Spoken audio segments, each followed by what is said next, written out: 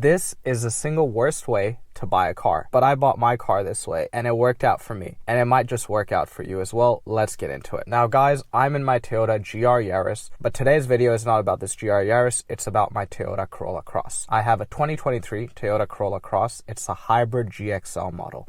And in Australia, the GXL model is kind of the mid-level model, and then you've got a cut above that as well. I bought it brand new. I bought it because my family was growing. Now I had a 2020 Camry at the time, and a Camry is a perfectly good family car. I felt as if the fuel economy was pretty poor because it had the 2.5 liter engine. So that was one of the factors. And then with a growing family, I wanted something that had a bit more room. And SUVs are really good that way. The boot is good. You can get some furniture in the back. Overall, SUVs, you can see why they're so popular with the families. I made my mind up. I wanted SUV type car and I wanted a Toyota. And Toyotas are great family cars. You know, you could trust them, especially in Australia, where if you're doing a road trip, you might be really far away from petrol stations and mechanics, XYZ, and a Toyota is a really good car to own in Australia. I wanted to continue that tradition. And I went out into the market, and obviously there was the Toyota RAV4, which is a very popular SUV for Toyota, and then the Corolla Cross was just coming out at the time as well. And I've always loved the RAV4s. They're popular for a reason, but a couple of things kept me away from the RAV4. The very first thing with the RAV4 was the fact that its shape was so common, right? They're so popular. I'd been seeing it for years. Everyone owned it, and I always like being a bit more unique, which is why I own a GR Yaris as well, right? That's a pretty unique car. So that was one of the factors. The second factor, and perhaps this was the primary factor, was the pricing. Now, under my budget, if I went with a RAV4, I would have to get a base model, which is a GX. And if I went with a Corolla Cross, a Toyota Corolla Cross, I could get a mid-level model. And the RAV4 is overall a better made and a better SUV package. It's based on a bigger platform. The Corolla Cross is based on the Corolla platform. The RAV4 based on the platform above.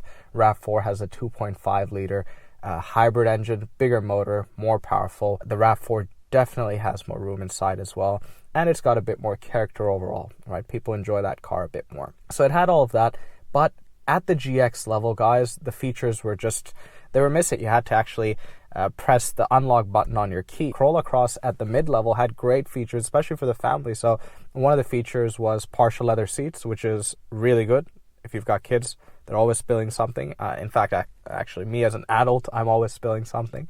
So leather seats are really good. And then it had the 360 cam, which, and Toyota 360 cams are not industry leading by, by any means, but the 360 cam it's a lifesaver. It had those features. I thought I was going to like them, and to this day I really enjoy those features. So my choice was really made, and I decided to go with the Corolla Cross. So I went into the used car market because that's how I always buy my cars, and I looked at the prices. And in 2023, the COVID pricing of cars was sort of, it was on the decline, but it was still there. There were still supply chain issues, and even today, right, those issues are still there. And what I found was, especially for vehicles like RAV4s and other Toyota products, hybrid products, the pricing was sky high. It was ridiculous, where a RAV4, if I bought it new, or a Cross, if I bought it new, would be X price, and in the used car market, it would be $7,000-8,000 more. I decided to buy my Toyota Corolla Cross brand new. Another reason I went with the Cross is the RAV4s had a huge waiting list at the time. I think it was a 12 to 13 month waiting list, and the Crosses had just come out, and I think they had about a 6-month waiting list. I ended up waiting 8 months. So it just shows you how much the hype around these Toyota hybrid products was. I went against a fundamental rule I have with cars. This is a rule I've learned through pain, and the rule is to not buy new cars. Do not buy brand new cars. And why is that, guys? Well, when you buy brand new cars, one of the biggest things is as soon as you walk off the lot, and you would have heard this, as soon as you walk off, you lose 10 to 15% of the car's value. And there's many factors. Again, I have a Master of Business Administration. I'm an engineer as well. There's many factors to this, and it's about the market being efficient and pricing those factors in. First, there's an emotional factor. As soon as you walk out, no one out there can ever feel as if it's a new car. You've taken that away. There's that monetary value that has to be decreased because this is not a new car anymore. The second is the fact that there's always wear and tear. So as soon as you walk off the lot, there's going to be wear and tear. You might hit something, you might scratch something. And then the market also prices in the fact that a lot of people get certain discounts or benefits. So the sticker price is rarely paid, and a lot of people out there are able to negotiate very good pricing for their cars. And the market prices that in. So just because you bought your car at sticker doesn't mean Mr. Jones the next state over bought his car for sticker. Maybe he was a great negotiator. Maybe he found some discounts from Toyota, or he figured something out. So overall, the market also prices that. And regardless, the minute you walk out, you're going to lose 10 to 15% of your car's value. And that's why I don't enjoy buying new cars. And then subsequent to that, over the course of the year, you're going to probably lose another 10 to 15% of the car's value. So that initial 1 to 3 year period is the worst period in a car's depreciation cycle. And that's why I never recommend buying cars new, and I always recommend buying cars CPO, certified pre-owned, with a bit of warranty. Specifically, I think if you buy it after 2 years or 3 years and get CPO, you're going to walk away with 3 years of warranty, which is plenty. And you should do that with your German cars, your Japanese cars, your Korean cars, whatever it is. Try to get it with a bit of warranty so you have a bit of runway to understand the quirks of your car and if you want to keep it outside of warranty. Bought my car, went away from my principal, and today I was looking at the used car prices, and it's been just about 2 years since I bought my Corolla Cross, and I've put on 30,000 kilometers on my car. Over 2 years, I've lost about, if I was to go out and sell it realistically, price that I paid for that car versus what I get today, the difference would be about $5,000. That, over the course of 2 years, driving a car 30,000 kilometers is unheard of, especially with the corrections the market's been taking, right? That's unheard of. And that's sort of what Toyota does for you. And it's sort of why the brand is so popular. The brand is not a throwaway brand. These are, these are the cars that are preserving capital and money for folks out there. For everyday regular folk, these are the cars that are going to preserve your value. And it worked out for me, because if I go out today, I can sell my car.